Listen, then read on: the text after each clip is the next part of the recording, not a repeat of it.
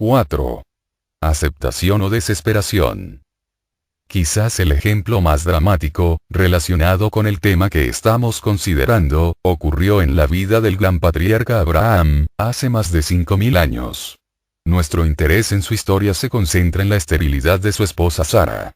Ella permaneció siendo estéril durante los años en que normalmente las mujeres tienen hijos, lo que continuamente la hacía sentirse afligida y avergonzada. Pero cuando Abraham tenía 75 años de edad, comenzó a recibir las promesas de Dios acerca de que llegaría a ser el padre de una gran nación, y que en él serían benditas todas las naciones de la tierra. Génesis 12, 2, 3. Esas fueron maravillosas noticias para un hombre que no tenía heredero y para una mujer que ansiaba ser madre.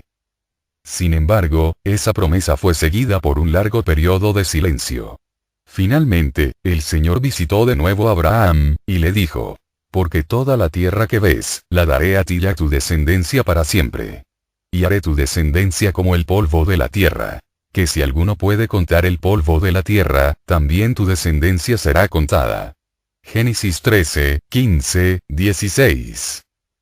Estas palabras, dichas a un hombre cuya esposa había tratado de tener un hijo por tal vez unos 40 años, fueron muy extrañas. Sin embargo, Abraham aceptó la promesa, y pacientemente esperó su cumplimiento. Pero ningún hijo llegó.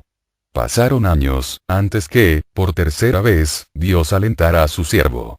Pero en esta ocasión, Abraham mostró su creciente confusión acerca del asunto, con las siguientes palabras: Señor Jehová, ¿qué me darás, siendo así que ando sin hijo? Génesis 15, 2. Esa fue una pregunta lógica para Abraham, quien estaba envejeciéndose. El Señor le respondió llevándolo fuera, mostrándole el cielo nocturno, y diciéndole: mira ahora los cielos, y cuenta las estrellas, si las puedes contar. Y le dijo: así será tu descendencia.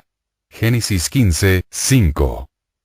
Esas promesas de la bendición de Dios, fueron seguidas por la continua esterilidad de Sara, y otro periodo de silencio. Con lo que Abraham se enfrentó en ese momento, fue un clásico caso de Dios contradiciéndose a sí mismo. El Señor no honró su palabra, ni explicó su demora. Los hechos no tenían sentido. Las piezas del rompecabezas no encajaban en su lugar. Sara ya había entrado en el tiempo de la menopausia, lo cual definitivamente había puesto fin a sus esperanzas de llegar a ser madre. Para ese entonces, ella y su esposo eran muy viejos, y podemos imaginarnos que su pasión sexual había disminuido. A pesar de esos obstáculos que hacían cada vez más improbable que Sara tuviera un hijo, la Biblia nos dice que Abraham creyó a Jehová, y le fue contado por justicia. Génesis 15, 6. El resto del relato es una de las historias bíblicas más hermosas y conocidas.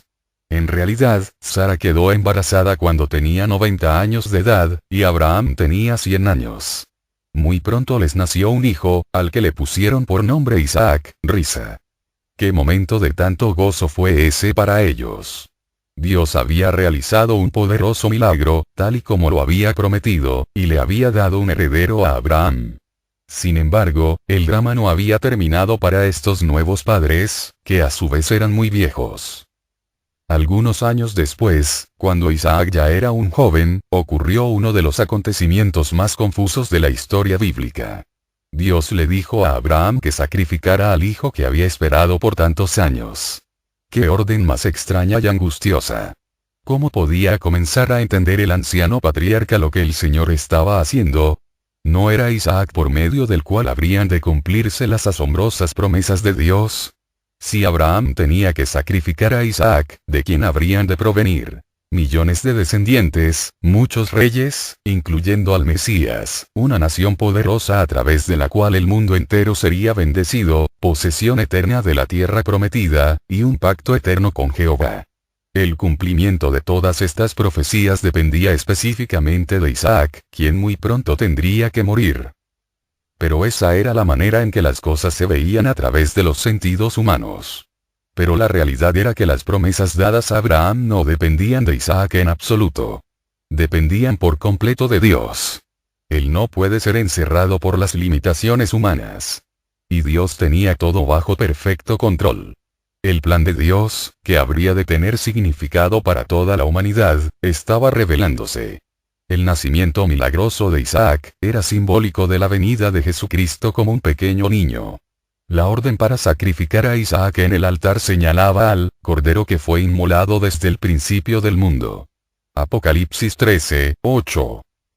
Cuando Isaac llevó sobre sus espaldas la leña que sería utilizada para el fuego que habría de quemar su cuerpo, estaba profetizando el momento cuando 2000 años más tarde, Jesús llevaría su propia cruz hasta el Calvario.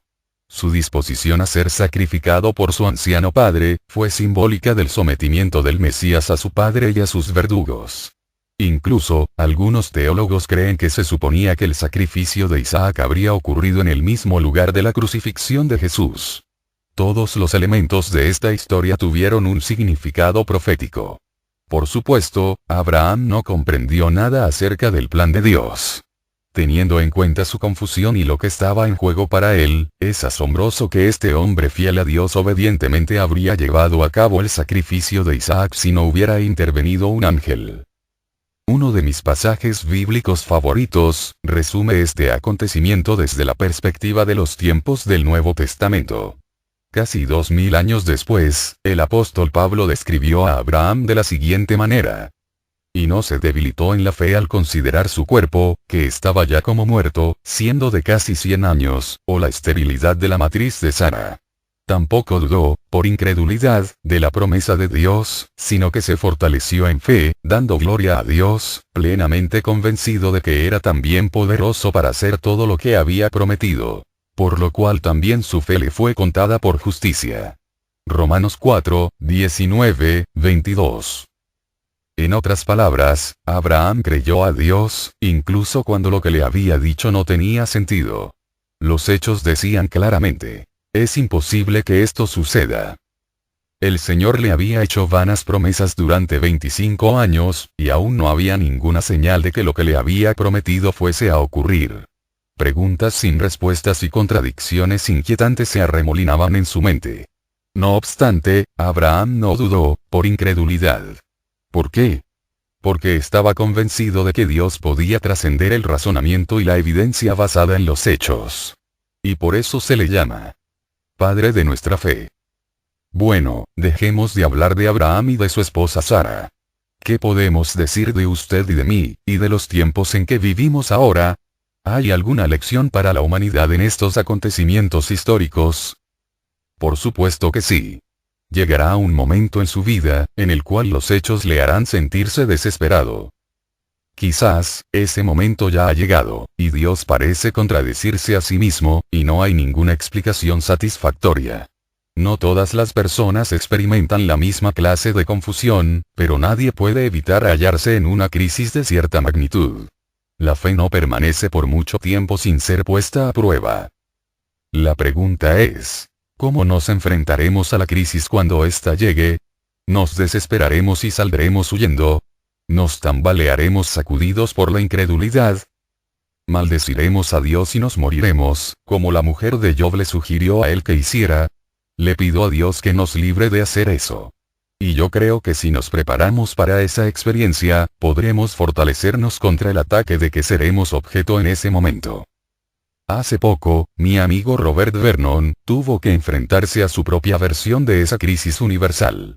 Bob fue asistente del jefe de la policía de la ciudad de Los Ángeles, donde sirvió por más de 37 años, de una manera digna de reconocimiento. Cuando se acercaba el final del periodo de su cargo lo presionaron injusta e ilegalmente para que renunciara, debido a sus conservadoras creencias cristianas. Después que los medios de comunicación fracasaron en muchos intentos por desprestigiarlo en el departamento de policía, los críticos del jefe Vernon comenzaron a indagar en su vida privada, buscando algo con que pudieran avergonzarlo. Muy pronto lo encontraron. Alguien descubrió un casete en el que estaba grabado un discurso que, hacía 14 años, había pronunciado en su iglesia. A base de los comentarios que hizo acerca de la vida familiar, sacados de contexto y totalmente tergiversados, presionaron una investigación del trabajo realizado por Vernon en el departamento de policía. Lo que hicieron fue una violación de sus derechos amparados bajo la primera enmienda de la Constitución de los Estados Unidos. ¿Desde cuándo se puede perseguir a una persona por expresar sus opiniones religiosas en su propia iglesia? Esa pregunta está siendo considerada ahora por los tribunales, pero también en estos existen evidencias de parcialidad. Por favor, quiero que comprenda que nunca hubo ninguna acusación de mala conducta en el cumplimiento de sus responsabilidades oficiales. Sin embargo, se llevó a cabo una investigación de gran alcance, para ver si sus creencias religiosas habían afectado su trabajo. Finalmente, fue exonerado de todo mal comportamiento, pero su liderazgo quedó tan perjudicado por la investigación que tuvo que renunciar. Conozco personalmente al jefe Vernon, y puedo decir con toda seguridad, que lo hicieron abandonar su puesto simplemente por causa de su fe, a pesar de sus 37 años de servicio intachable. La experiencia que tuvo el jefe Vernon, nos brinda la oportunidad de examinar un caso clásico de fe bajo fuego. Su situación tiene todas las características típicas. Un acontecimiento muy inquietante. Un elemento de injusticia, ¿por qué tiene que sucederme esto a mí? Un Dios silencioso que pudo intervenir, pero no lo hizo. Y un montón de preguntas sin respuestas. ¿Ha tenido usted esa clase de experiencia alguna vez? Hace poco, le pedimos a Bob que hablara en un servicio de capilla para los empleados de Enfoque a la Familia, y él escogió hablar de sus propias dificultades. Creo que sus observaciones serán muy útiles para usted, especialmente si en este momento está teniendo sus propias pruebas. Lo que sigue es lo que este veterano de la policía dijo a los miembros de nuestro personal. Cuando ya se veía que muy pronto Darrell Gates renunciaría como jefe de la policía, un artículo apareció en una revista de Los Ángeles. Decía así: los que están deseosos de librarse de Cates, deben fijarse bien en quién es el que está esperando la entrada en escena. Es un individuo llamado Robert L. Vernon, que tiene creencias religiosas muy extrañas. Luego, mencionaron 3 cosas que, según se dice, yo había dicho en un discurso grabado 14 años antes. Me mantengo firme en lo que realmente dije, y no me estoy disculpando por ello. Torné esos conceptos de la palabra de Dios. Pero la revista torció mis verdaderos comentarios, y dijo: en primer lugar, él cree que la homosexualidad es un pecado. Eso es cierto. En segundo lugar, dijeron ellos, él cree que las mujeres deben someterse a los hombres. Eso no es cierto. Yo me había referido a lo que la Biblia dice acerca del sometimiento mutuo en la relación matrimonial. En tercer lugar, mis críticos tergiversaron lo que había dicho sobre la disciplina de los hijos. Yo estaba hablando de un padre que no había cumplido la promesa que le había hecho a su hijo, y lo provocó a ira. Cuando el hijo se rebeló contra el padre, éste le dijo: si tienes a un hijo rebelde, tienes que quebrar su voluntad, y para hacer eso tienes que golpearlo. Yo estaba citando lo que ese padre había dicho. Esas no eran mis palabras. Después dije: ¿quién estaba equivocado en esa situación? El padre estaba equivocado, no el hijo. Sin embargo, la revista me atribuyó las palabras del padre a mí, y luego concluyó diciendo: esto es lo que el jefe Vernon cree acerca de criar a los hijos. Ellos editaron de tal forma la grabación que los oyentes solo escucharon mi voz recomendando que golpeemos a nuestros hijos hasta quebrar su voluntad. Les dieron a los medios de comunicación esa grabación editada, quienes la dieron a conocer ampliamente. Esa fue una maniobra muy hábil. Como resultado, mi reputación fue gravemente dañada. Finalmente, tuve que abandonar el departamento de policía de Los Ángeles, y no he podido conseguir trabajo en la policía de ningún otro lugar. Recientemente, hice mi solicitud para un puesto en la parte norte de Denver, pero ni siquiera me llamaron para entrevistarme. Es que, soy un chiflado religioso. Creo cosas raras. Ahora sé qué fue lo que Salomón quiso decir cuando dijo: más vale el buen nombre que las muchas riquezas. Proverbios 22, 1, y bla. Incluso, tengo amigos cristianos que han escuchado en la radio la grabación, y me han dicho: sabemos que lo negaste, Bob, pero nosotros te oímos decir que se debe golpear a los niños hasta quebrar su voluntad. Trate de explicarles, pero a veces es difícil hacer que las personas comprendan la verdad. Tengo que confesarles algo. No solo me deprimí por causa de esa situación, sino que también me enojé con Dios. Y eso no estaba bien. Aproximadamente por ese tiempo, tuve una experiencia que me ayudó a aclarar algunas cosas en mi mente. Mi hijo y yo decidimos flotar por el río Colorado en una balsa. Ese fue un viaje dramático, puedo asegurárselos. Comenzamos el viaje con 18 amigos, en un lugar llamado Les Ferry. Cuando empezamos a flotar, para llevar a cabo el viaje que duraría 8 días, alguien dijo: bueno, todos estamos comprometidos. Seguro que lo estábamos.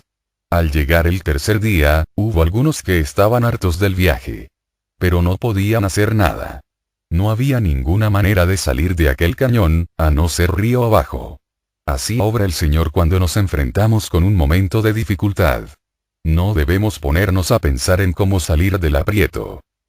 Simplemente, permanezca firme en su compromiso y usted saldrá del problema a su debido tiempo. Había algunos lugares extremadamente turbulentos a lo largo del río. Por ejemplo, en Lava Falls la balsa descendió verticalmente 11 metros, por una distancia de más de 22 metros. Cuando nos acercábamos a un lugar como esos, el capitán de la balsa, llamado Robin, decía: este va a ser uno bueno.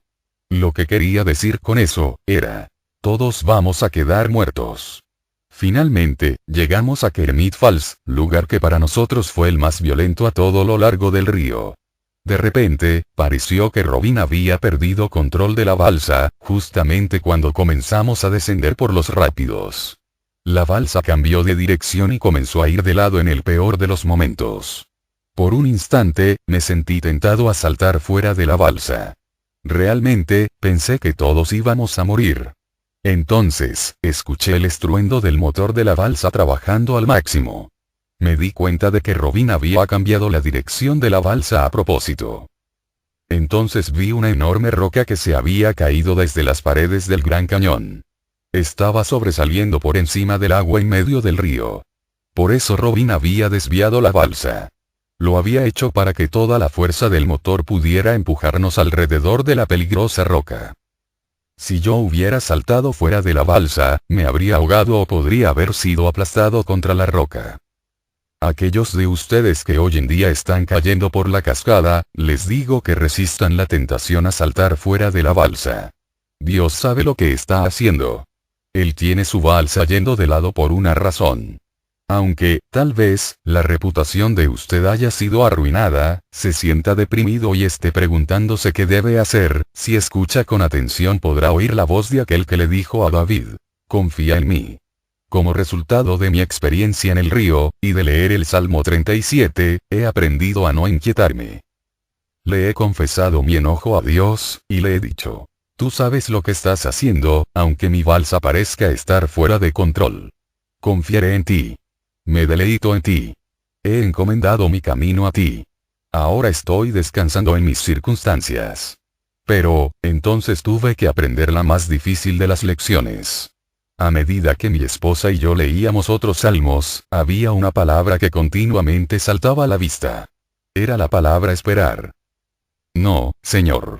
No quiero esperar. Quiero que me ayudes ahora. Por favor, véngate de los que me han hecho daño.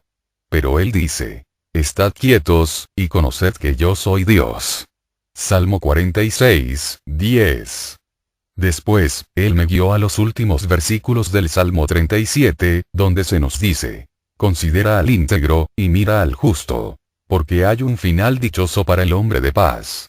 Mas los transgresores serán todos a una destruidos. La posteridad de los impíos será extinguida. Pero la salvación de los justos es de Jehová, y Él es su fortaleza en el tiempo de la angustia. Jehová los ayudará y los librará. Los libertará de los impíos, y los salvará, por cuanto en Él esperaron. Salmo 37, 37, 40. 1. Usted puede leer la historia de Bob Vernon, con todo detalle, en su libro Robert L. Vernon, L.A. Justice, Colorado Springs. Focus on the Family, 1993. Las palabras del jefe Vernon muestran gran madurez y fe, teniendo en cuenta la injusticia y el dolor que él y su esposa Esther han padecido. He compartido su mensaje aquí porque muchos de mis lectores han experimentado dificultades parecidas. ¿Es usted uno de ellos? ¿Está su balsa yendo de lado por el río? Está descendiendo por los rápidos, hacia las rocas que están abajo, aterrorizando a todos los que se encuentran a bordo. ¿Ha pensado usted saltar al río y tratar de nadar para encontrar la seguridad por sí mismo? Eso es precisamente lo que Satanás quisiera empujarlo a hacer. Él quiere que usted deje a Dios, quien parece haber perdido el control de sus circunstancias. Pero le animo a que no se aleje de la seguridad de la protección de Dios. El capitán sabe lo que está haciendo. Existen propósitos que usted no puede percibir o comprender. Es posible que usted nunca los comprenda, por lo menos no en esta vida, pero no debe soltarse de su fe. Después de todo, la fe es la convicción de lo que no se ve. Hebreos 11:1. Antes de seguir adelante, hay otro ejemplo de fe bajo fuego que creo que vale la pena considerarlo. Tiene que ver con algo que ocurrió en la familia del Dr. Jim Conway y su esposa Sally, y representa la experiencia de millones de personas en todo el mundo. Mientras que el jefe Vernon luchó contra la injusticia y la vergüenza profesional, el matrimonio Conway tuvo que hacerle frente a un problema mucho más grave. La vida de su querida hija se vio en peligro. Permitiré que sea el Dr. Conway quien relate la historia, según fue escuchada en el programa radial de Enfoque a la Familia. Cuando nuestra hija tenía 15 años de edad, comenzó a tener problemas con una de sus rodillas. Durante año y medio, la vieron varios doctores, tuvo distintos análisis y exámenes de tomografía axial computarizada. También le hicieron 2 extensas biopsias del tumor que encontraron. Esperamos 2 semanas para poder saber los resultados de muchos laboratorios patológicos de todo el país, que estaban estudiando su misteriosa protuberancia. Finalmente, una noche, nuestro médico vino a nuestra casa, y nos dio noticias muy angustiosas. Dijo que Becky tenía un tumor maligno, y que era necesario amputarle la pierna. Usted puede imaginarse cuán abatidos nos dejó eso a Sally y a mí. Me negué a creerlo. Decidí impedir esa cirugía, orando hasta que Dios prometiera sanarla. No te van a amputar la pierna, le dije a Becky.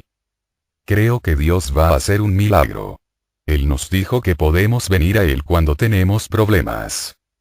Estoy absolutamente convencido de que no será necesario que te hagan esta cirugía. Entonces, nuestra iglesia comenzó a tener una vigilia de 24 horas de ayuno y oración. Miles de personas en todos los Estados Unidos y en otros países estaban orando por la curación de Becky.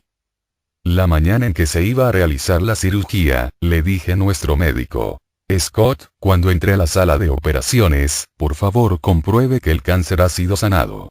Dios no nos va a fallar. Estoy seguro. Él se fue y no regresó inmediatamente. Pasaron 45 minutos, y aún Sally, mis otras 2 hijas y yo, permanecíamos sentados en la sala de espera. Pasó 1 hora, y luego pasaron 2. Empecé a darme cuenta de que algún extenso procedimiento médico debía estar llevándose a cabo. Entonces, salió el doctor y me dijo que le habían amputado la pierna a Becky. Me quedé hecho añicos. Estaba totalmente destruido. Había perdido a Dios. Lleno de ira, me puse a golpear las paredes del hospital y a decir: ¿Dónde estás, Dios? ¿Dónde estás? Me encontraba en estado de conmoción, y me puse a recorrer de un lado a otro el depósito de cadáveres, que estaba en el sótano del hospital. Aquel era el lugar donde pensaba que yo debía estar, rodeado por la muerte. Estaba enfrentándome con algo más importante que la muerte de Becky, a pesar de todo lo terrible que ésta era. Estaba luchando por entender las consecuencias teológicas de lo que había sucedido. Verá usted, si yo hubiera sido un plomero en vez de un pastor, el día siguiente habría podido ir a arreglar cañerías y mi confusión espiritual no habría afectado mi trabajo. Pero mi empleo exigía que me pusiera de pie delante de las personas y les enseñara los principios de la Biblia. ¿Qué podría decirles ahora? Si yo hubiera sido un pastor liberal, que no creía que literalmente la Biblia era la verdad, habría podido sobrevivir haciendo la reseña de algún libro y hablando de asuntos sin importancia. Pero era el pastor de una iglesia en donde creíamos que la Biblia es la palabra de Dios. Mi estilo de enseñar era expositivo, analizando los versículos uno por uno, y extrayendo su significado. ¿Cómo podía regresar a mi congregación y decirles que Dios había permitido que mi hija perdiera una pierna? Ese fue un momento terrible en mi vida. Ese día, mientras estaba sentado afuera del depósito de cadáveres, un amigo mío me encontró encerrado en las profundidades del hospital, y vino a rescatarme. Dios me lo había enviado. Yo no soy parte del movimiento carismático, pero se trataba de Dick Fott, pastor de una iglesia de las Asambleas de Dios, quien estuvo a mi lado llorando por mí. Él me dijo: no estoy preocupado por Becky. Estoy preocupado por ti. Hay unas 2000 personas en tu iglesia, y miles más en otros lugares, que están orando fielmente por ti. Vas a salir bien de esta prueba. Entonces, él y otros 2 amigos tomaron turnos para estar conmigo ayudándome. Uno se iba a tomar café y los otros se quedaban conmigo. Solo me mantenían hablando, dejándome desahogar la frustración y el enojo que sentía. No me censuraron, aunque estaba tan enojado con Dios. En una ocasión, dije: creo que Dios estaba tan ocupado buscándole a una anciana un lugar donde estacionar su auto, que no tuvo tiempo para evitar que le amputaran la pierna a Becky. Dick me escuchaba, y luego decía: ¿hay algo más que necesitas decir? No tenía que preocuparme de que si yo decía algo inquietante, ellos dudarían de Dios. No me preocupaba que ellos fueran a alejarse de Dios por mi culpa. No necesitaba reprimirme y decir: tengo que mantener la apariencia profesional, porque soy un predicador. Tengo que comportarme bien. Ellos me permitieron que le hiciera frente a mi dolor. Algunos creyentes no saben cómo reaccionar cuando una persona está experimentando esta clase terrible de depresión. Dicen: oraré por usted, lo cual puede significar: realmente, ya no estoy escuchando lo que usted dice. Esa puede ser una manera de ponerle fin a la responsabilidad de ayudar a alguien a llevar su carga. En realidad, cuando se trata de sobrellevar los unos las cargas de los otros, a veces los que no son creyentes lo hacen mejor que nosotros. Ellos saben que es importante desahogar el resentimiento y la ira, mientras que los cristianos pueden pensar que tienen que reprimirlos. La Biblia nos dice: claman los justos, y Jehová oye, y los libra de todas sus angustias. Salmo 34, 17. También, después me molestaba que las personas me dieran explicaciones simplistas y comentarios poco serios, con el fin de animarme. Me irritaba el que citaran Romanos 8, 28. Todas las cosas cooperan para bien y bla, sin haberse ganado el derecho de tratar de restarle importancia a mi dolor. Sentía deseos de decir: hábleme de eso en otra ocasión. Hábleme cuando le hayan amputado una pierna a su hija de 16 años. Venga a verme cuando usted haya tenido una experiencia como esta, y entonces hablaremos otra vez. A veces los cristianos nos acostumbramos tanto al estilo de vida de, tenemos que estar animados, que nos volvemos unos farsantes. Durante esos días, casi escuché a la gente decirme: no diga esas cosas. ¿Qué pasaría si le oyera Dios? Como si Dios no supiera lo que yo estaba pensando y con lo que estaba luchando. Dios sabía lo que yo estaba experimentando, y Él comprendía mi ira. Mi amor por Becky tenía su origen en Él. Así que, ¿a quién trataría yo de engañar ocultando el dolor que sentía en mi alma?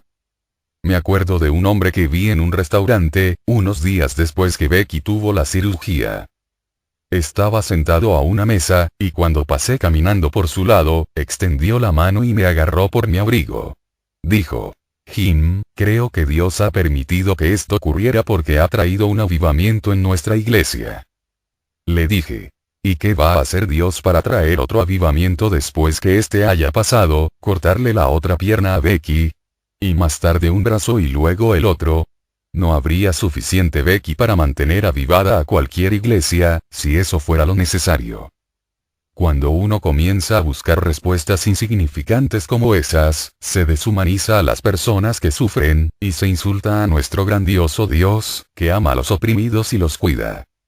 No podía encontrar una explicación del por qué Becky tuvo que perder su pierna, pero sabía que las respuestas que me habían dado no eran correctas.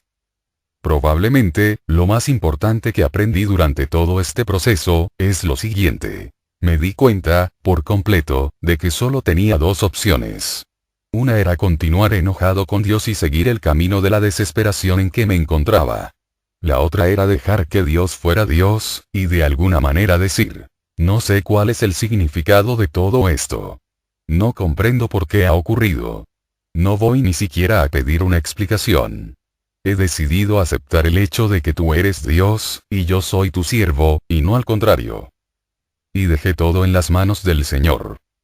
Fue cuando decidí hacer eso, que pude hacerle frente a mi situación.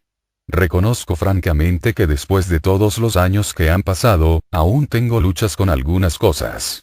Todavía al ver a mi hija saltando con una pierna, me revuelve el estómago.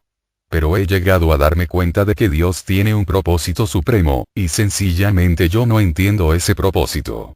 Estoy preparado a esperar hasta la eternidad, si fuera necesario, para recibir respuestas a mis preguntas. Como yo, ahora puedo decir, aunque Él me mataré, en Él esperaré. Job 13:15. La desesperación, o la aceptación de la soberanía de Dios. Esas son las alternativas. Permítame decirlo otra vez. Las alternativas son la desesperación, o Dios. No hay ninguna otra opción. Y nuestra familia ha escogido aferrarnos a Dios. 2. Gracias a usted Dr. Jim Conway, a su esposa Sally y a su hija Becky, por permitirnos compartir su dolor más profundo. Muy pocas veces hemos visto entre los cristianos, tanta sinceridad y vulnerabilidad. Confío en que Dios continuará usando la experiencia de ustedes para fortalecer la fe de aquellos que, simbólicamente, están sentados en el depósito de cadáveres. Todo en lo que han creído y depositado su esperanza ha sido atacado por las fuerzas del mal. Se ha derrumbado el fundamento filosófico y teológico sobre el cual descansaba todo. Así que, ¿qué pueden hacer ahora? Solo hay una respuesta, y es la conclusión a la que llegó el Dr. Jim Conway en su momento de crisis. No exija explicaciones. No cuente con su habilidad para comprender. No se suelte de su fe. Escoja confiar en Dios, usando la voluntad que Él ha puesto dentro de usted. La única otra alternativa es la desesperación.